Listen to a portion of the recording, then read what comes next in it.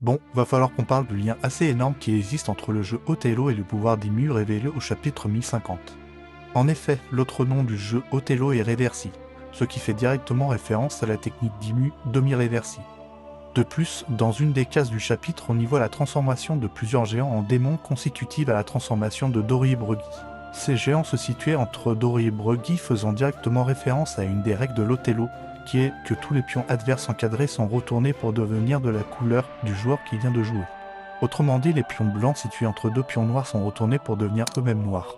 Les pions noirs étant ceux d'Immu, et les pions blancs seraient liés à Nika. Donc par extension, on peut supposer que Luffy pourrait les retransformer via son pouvoir du démon. Il existe un lien intéressant entre Othello, la pièce de théâtre de William Shakespeare, et le jeu de plateau Othello.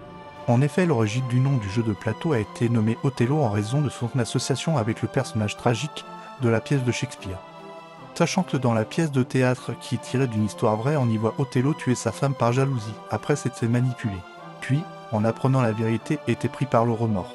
Si Oda a tiré le parallèle jusque-là, on pourrait supposer qu'Immu aurait tué Nefertari Lily pour une histoire de jalousie, mais qu'il le regrette toujours amèrement. Ça expliquerait la présence d'un portrait de Lily dans une des pièces du château de Maréjoise.